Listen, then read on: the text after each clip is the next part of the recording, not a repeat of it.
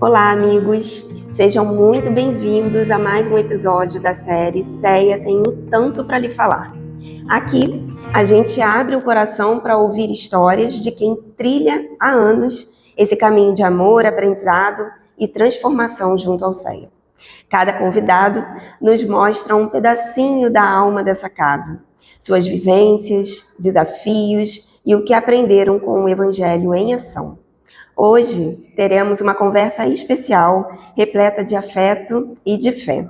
Vamos acolher com carinho Jaqueline Cerqueira, que vem compartilhar conosco a sua linda caminhada nesta casa de luz. Jaque, seja muito bem-vinda, é uma honra receber você aqui com a gente.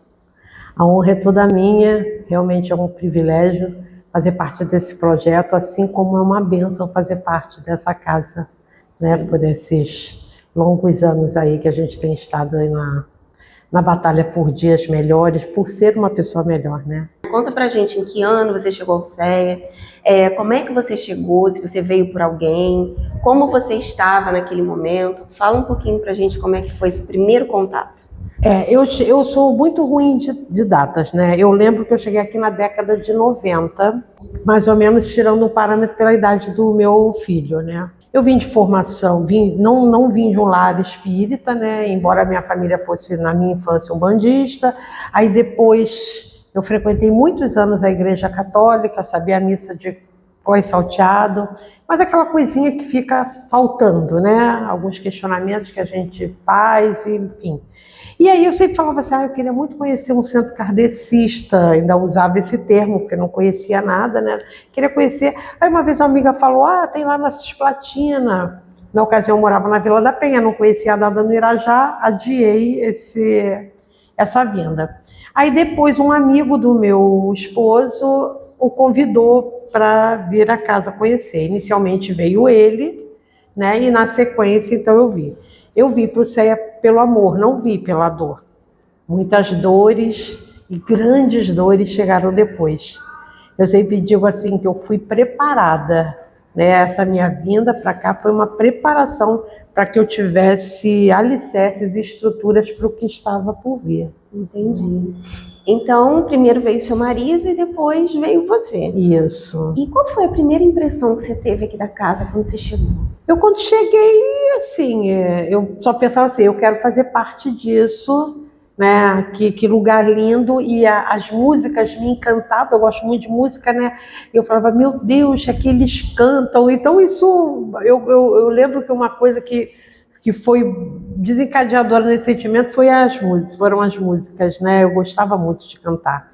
E fiquei muito encantada, e aí eu quero fazer parte disso. Uhum. E aí comecei a fazer cursos, né? E comecei a trabalhar. Nesse início, você chegou por volta dos anos 90, né? Isso. A casa já tinha essa estrutura, já? Não, o atendimento fraterno era lá no pátio.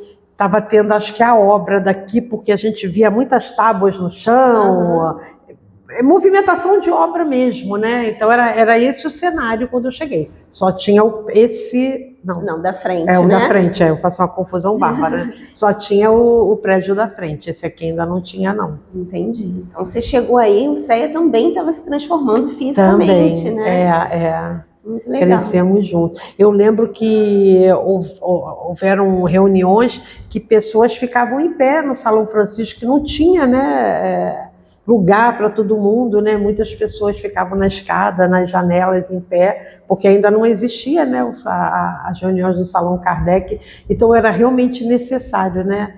Como quando o Juarez falou do como o seu Humberto ele teve uma visão de futuro, né? Porque quando ele idealizou esse prédio, ainda não tinha a necessidade real, né? Mas como ele teve esse vislumbre que realmente, né? Você vê que, graças a Deus, são 2 salões que ficam lotadas, né? Qual foi o próximo passo? Depois desse primeiro contato, foi estudo? Já foi trabalho direto? Eu comecei a participar dos cursos. Eu lembro que o meu primeiro trabalho na casa foi atendimento fraterno. Eu tinha muita dificuldade de chegar no centro, porque eu morava na Vila da Penha e era uma condução, era o bendito 919, que passava quando tinha vontade, né? E às vezes eu vinha de táxi, às vezes voltava para casa para pedir para o marido trazer de carro, era uma confusão só. Já teve vezes de eu ir embora a pé para casa, porque o ônibus não passava. Eu falei, eu vejo ficar parada na rua, eu vou andando. Não, sempre perseverei nesse sentido. Comecei trabalhando no atendimento fraterno, que era lá no pátio, né? A dona Nelina era dirigente do atendimento fraterno, tinha um medo dela, mas ela sempre foi super amorosa, mas era muito rígida, né? Como precisa ser, né? A gente gosta, ri, brinca, mas a seriedade do trabalho não pode ser posta de lado. Aí comecei com o atendimento fraterno. Na sequência, aí eu já fui para o passe, já trabalhei na sala de fluidoterapia, que era diferente como é hoje, né? Nós ficávamos sentados numa mesa e as pessoas do tratamento nas cadeiras ao redor da sala. E eu sentia assim, Ju, que eu precisava ter vínculos com a casa, porque eu sentia que, pela minha dificuldade de chegar aqui, pelo fato de vir sozinha, de ter um filho pequeno, eram muitos os fatores que iriam contribuir para que eu não perseverasse, né? Então eu fui criando esses vínculos, né? Aí veio a necessidade, a gente vai conhecendo, do meu filho. Eu falei assim, eu preciso levar esse menino para ser evangelizado. Sim. E aí fiz o curso de evangelizadora e evangelizei aí por 10 anos, né? Você trazia ele e trabalhava? Trazia ele e trabalhava, exatamente. Trazia ele e minhas 2 sobrinhas filhas, né? Trazia todo mundo para evangelização, porque eu sabia o quanto era importante e necessário, né? Quando, de fato, você começou a entrar no estudo? Então, aí eu não lembro em que momento, porque chega uma fase onde a gente é obrigado a estudar para poder trabalhar. Eu não tenho essa recordação se sempre foi assim. Eu não tenho essa memória de que eu primeiro estudei para depois trabalhar, sabe?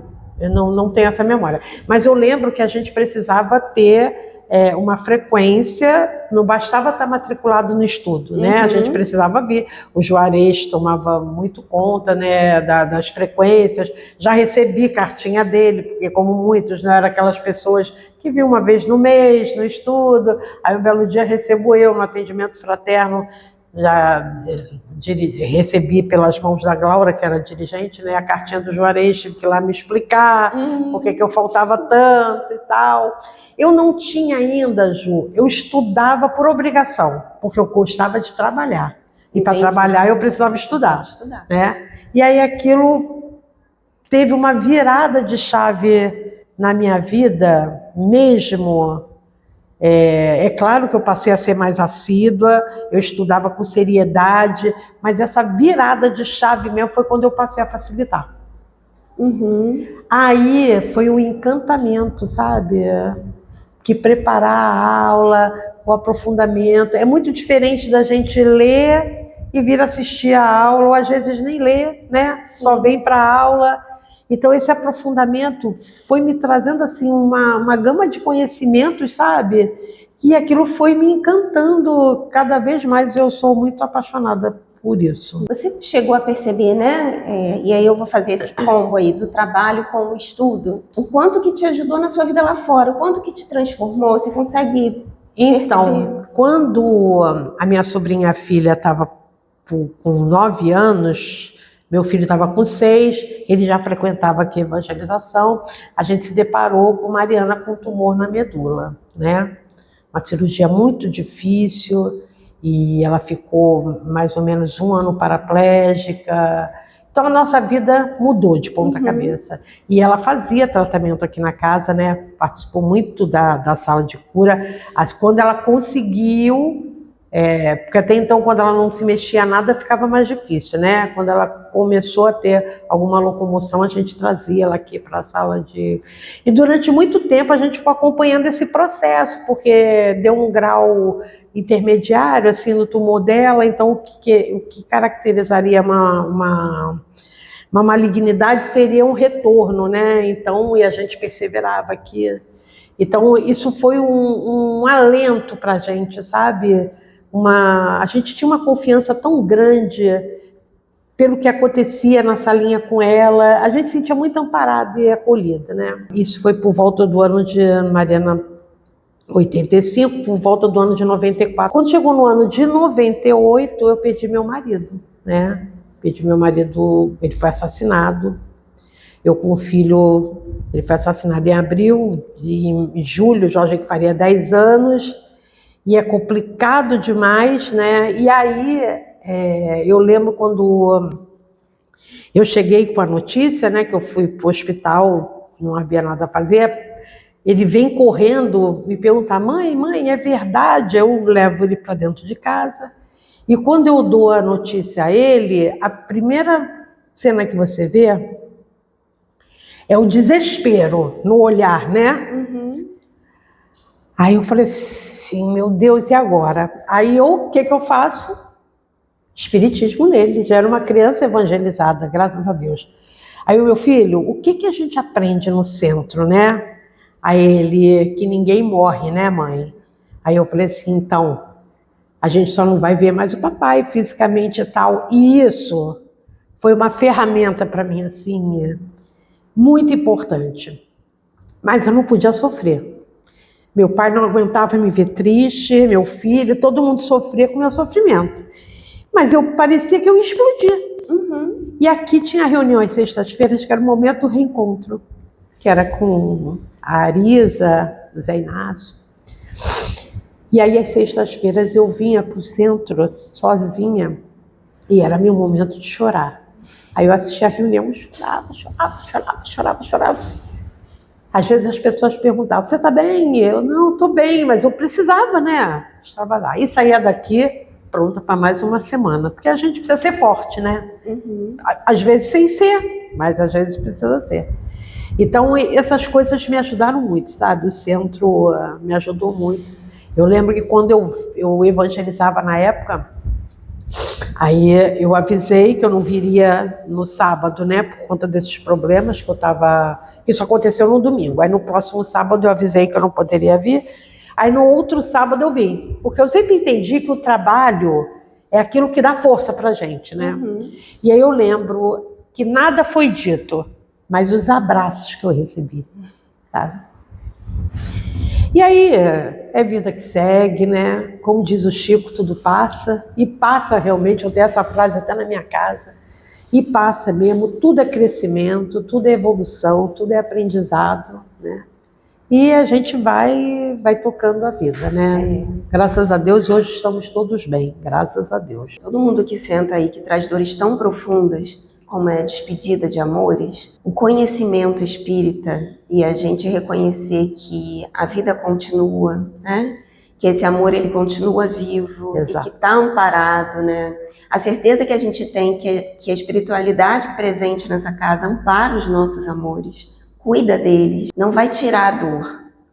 Não, mas nos acalma, né? Ajuda, Serena o coração. ajuda. Né? E pega a gente no colo também, né? A gente se vê no colo mesmo de Jesus, né? Sendo cuidada.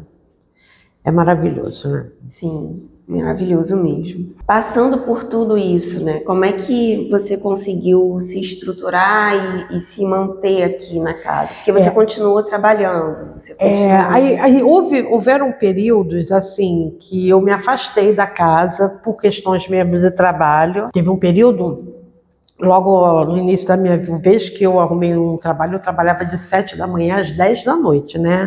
De segunda a sexta. E aí chegava final de semana, aquela coisa, a gente como dona de casa, mãe, né? Então eu me afastei das atividades durante a semana, continuei na evangelização ainda por algum tempo, até porque eu coordenava junto com a Maílce, né? A evangelização e tal. E aí chega num ponto da vida da gente que a gente é muito seduzido pelo mundo. Eu não tinha amigos espíritas, todos os meus amigos estavam fora da casa espírita. A minha família, pouco não sendo a minha irmã e a minha sobrinha por conta dos problemas de saúde. Então a gente vai adiando. Então houve um período que eu fiquei afastada da casa. E eu lembro que quando eu retornei, esse prédio já funcionava, sabe? Não sei estabelecer para você quanto tempo que eu fiquei parada. É afastada, né? Mas vinha como visitante, né? Vinha para palestra, mas a nível de trabalho, fiquei realmente afastada de tudo. E eu lembro que eu fazia escolhas assim, eu deixei de doutrinar porque houveram eventos na minha vida que eu tinha muita dificuldade de perdoar. E eu falava assim, como é que eu vou falar de perdão se eu não perdoo? Aí me afastei. Aí saía do trabalho, ao invés de vir para o centro, ia fazer um happy hour com os amigos, ia para farra aqui e ali, e aquilo, mas ficava vazio. Aí um dia, eu até conversando com Maísa, ela falou, ué, Jaque, você não precisa abrir mão das coisas que você gosta de fazer. A gente precisa buscar o equilíbrio. E isso deu uma virada de chave para mim, sabe? Eu falei assim, gente, eu não preciso abrir mão das coisas que eu gosto, que me divertem, que me trazem prazer. Hoje em dia abro mão com a maior facilidade, mas naquela época eu não tinha essa maturidade, eu não tinha esse crescimento. E aí foi onde eu fui voltando, entendeu? Eu fiz esse caminho da volta. E recomecei, né? Comecei a fazer cursos de novo e me engajar nos trabalhos mais uma vez. E aí, graças a Deus, não saí mais. Não sei te dizer, já deve ter aí uns 15 anos que eu já estou nessa batida, né? Hoje, quais são os trabalhos que você está... Hoje eu facilito, né, os bastidores, desde o ano passado. Trabalho com atendimento fraterno das terças-feiras, de 18h30. Trabalho na lojinha, trabalho na doutrinação às quintas-feiras. Então vamos lá, segunda-feira eu venho para o estudo, na terça atendimento fraterno, na quarta participo da educação mediúnica como doutrinadora, na quinta eu trabalho como doutrinadora, na sexta venho para casa para me cuidar, aí eu venho como paciente, e no sábado eu trabalho no DAPS, no projeto Lumiar. E é muito legal a gente também reconhecer, Jaque, o nosso momento, né?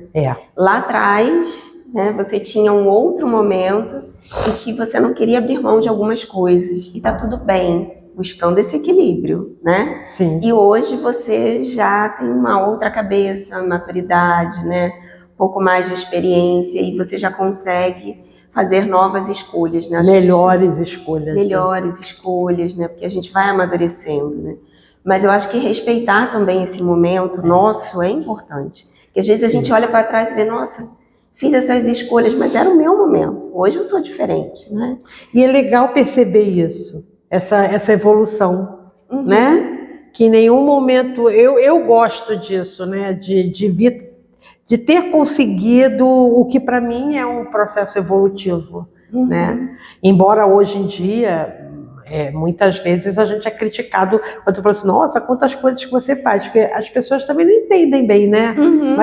Eu costumo comentar que uma vizinha minha, ela estava me perguntando quais os dias que eu vinha para casa espírita, né? Aí eu estava conversando com ela falou assim, isso tudo de graça? Eu falei assim, que de graça o quê, menina? Lá, quando começa o mês, meu salário já está na conta, eu estou sempre devendo para Jesus. Aí ela ficou me olhando assim, espantada, né? O salário está na conta. Está na conta, gente. Que a gente recebe muito mais do que dá, né? Com certeza, mas disso eu não tenho dúvida. Jaque, tem alguma história nesses anos que você está aqui no CEA? Alguma história bonita, alguma história engraçada, alguma história marcante que você gostaria de dividir com a gente? Todos os momentos são muito especiais, né? Mas em relação ao estudo, propriamente dito, eu me recordo uma vez que eu fiz um atendimento fraterno e a pessoa vinha do catolicismo. Cheio de questionamentos e muito conhecedor da Bíblia, né, das passagens do Velho Testamento, do Novo Testamento, e ele me fez uma série de questionamentos que eu tive muita dificuldade de dar as respostas que ele veio buscar.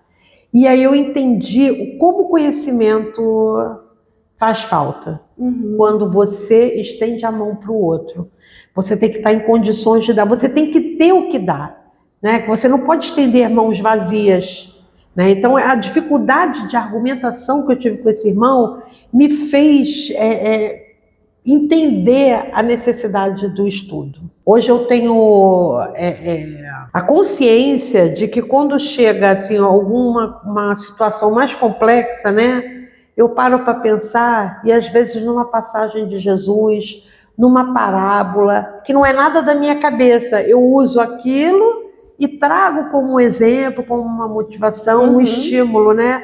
Mas é necessário a gente ter esse conhecimento, né? Sim. A gente ter olhos de ver e ouvidos de ouvir, né? Eu acho que a disponibilidade do atendimento fraterno lógico, tem que ter ali uma base do estudo, pelo menos para orientação, né? Dessas pessoas que muitas vezes chegam aqui cruas, né? Não entendem o que está acontecendo. E a escuta, né? Você ter a disponibilidade de abrir seu coração e ouvir.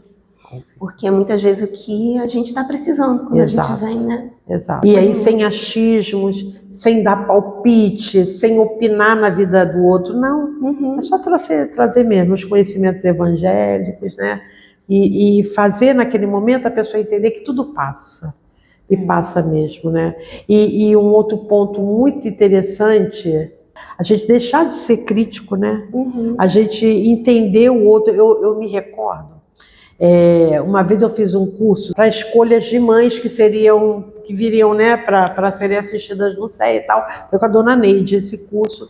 E no final do curso, a gente ia entrevistar as mães que estavam se candidatando para serem mães assistidas.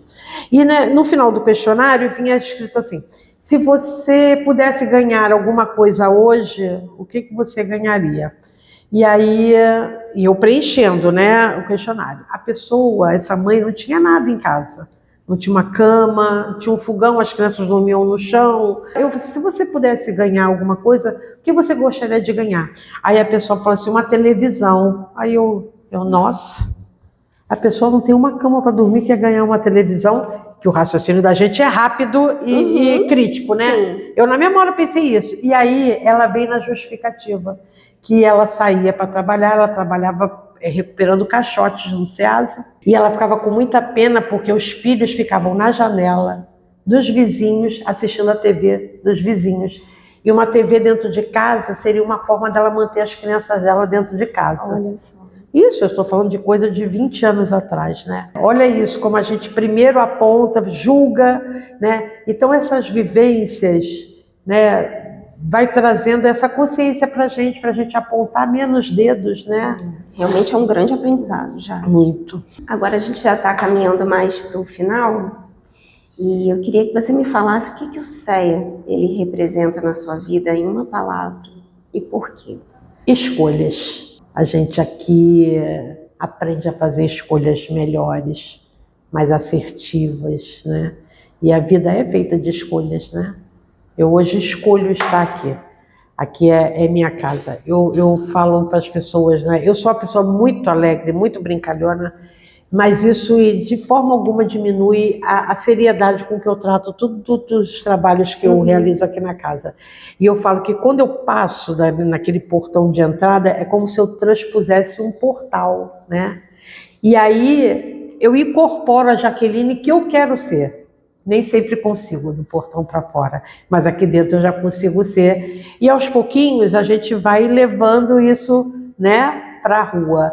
Mas a gente ainda eu tenho muito, muito, muito que me melhorar. Mas aqui dentro eu consigo ser um ser humano melhor, sabe? Então essa escolha de estar aqui, sábado ensolarado, acordar cedo, ao invés de ir para a praia, vir para o CEA, né? Faz toda a diferença na minha vida e na vida de tantos, né? Isso não é privilégio meu, né? Não me faz melhor do que ninguém. Somos muitos, graças a Deus, né? A gente chegar nesse salão aí sábado de manhã, na prece inicial, e ver a quantidade de trabalhadores que assim, até muito mais cedo que nós, né? Também Sim. Já acordou e veio, né? E a gente vai para nossa casa e eles continuam, porque aí vão fazer os mutirões, os almoços. Nossa, é uma escolha muito, muito importante. Jaque, se o CEA pudesse se materializar na sua frente, a gente sabe que a casa é enorme, mas se você pudesse ali direcionar e pudesse falar algo para essa casa, assim, o que você falaria para o CEA? CEA, você é luz na minha vida. Simples assim. É o farol, né? É o norte, é a orientação que a gente precisa. E é interessante essa pergunta que você me fez agora, que como a gente consegue, independente das pessoas e do trabalho, ter amor por essas paredes. Não é uma coisa, né? Fazendo uma analogia que a gente sabe que o céu não existe, mas é o céu na terra, né? Esse céu que a gente idealiza, né, antes do conhecimento, que é o céu é céu na terra, realmente, né? Realmente, eu acho que é isso mesmo. Eu vejo o céu como a minha piscininha, que é segura. Lá fora eu vejo como um mar aberto. Uma aqui boa me ensina a analogia. nadar com mais segurança, né? Boa analogia. Vou roubar essa tua imagem aí. Roubar não, que é feio. Vou pegar emprestada. Pode levar. Jaque, obrigada, viu? Eu que agradeço. Que conversa linda, né? Que história também de superação muito grande que você me trouxe. É uma história daquelas que aquecem o coração e mostram o poder do amor e da perseverança. Obrigada por se permitir reviver lembranças, emoções e aprendizados. Tudo isso ajuda a fortalecer não só você, mas todos nós que estamos te ouvindo hoje. Né? Que esse reencontro com o Céia, através dessa entrevista, traga para você ainda mais paz, gratidão e a certeza de que sua caminhada aqui faz a diferença. Tá bom? Gratidão é minha. Obrigada, Jaque. Fica com Deus, Ju. Muito lindo esse projeto. Muito obrigada pelo convite, tá? Que alegria poder ouvir a Jaque contar a história dela. Cada palavra nos recorda o quanto o Céia é um espaço de acolhimento, crescimento e renovação interior. São relatos como esse que tocam o coração e nos inspiram a seguir firmes na estrada do bem. E se você tem acompanhado essa série, já sabe, cada episódio é uma nova lição e uma nova emoção. Aproveite para assistir os episódios anteriores e seguir o Céia nas redes sociais, para não perder as próximas histórias que estão por vir. Que Jesus continue abençoando a todos nós, iluminando nossos caminhos com amor, confiança, e nos vemos no próximo episódio. Até lá!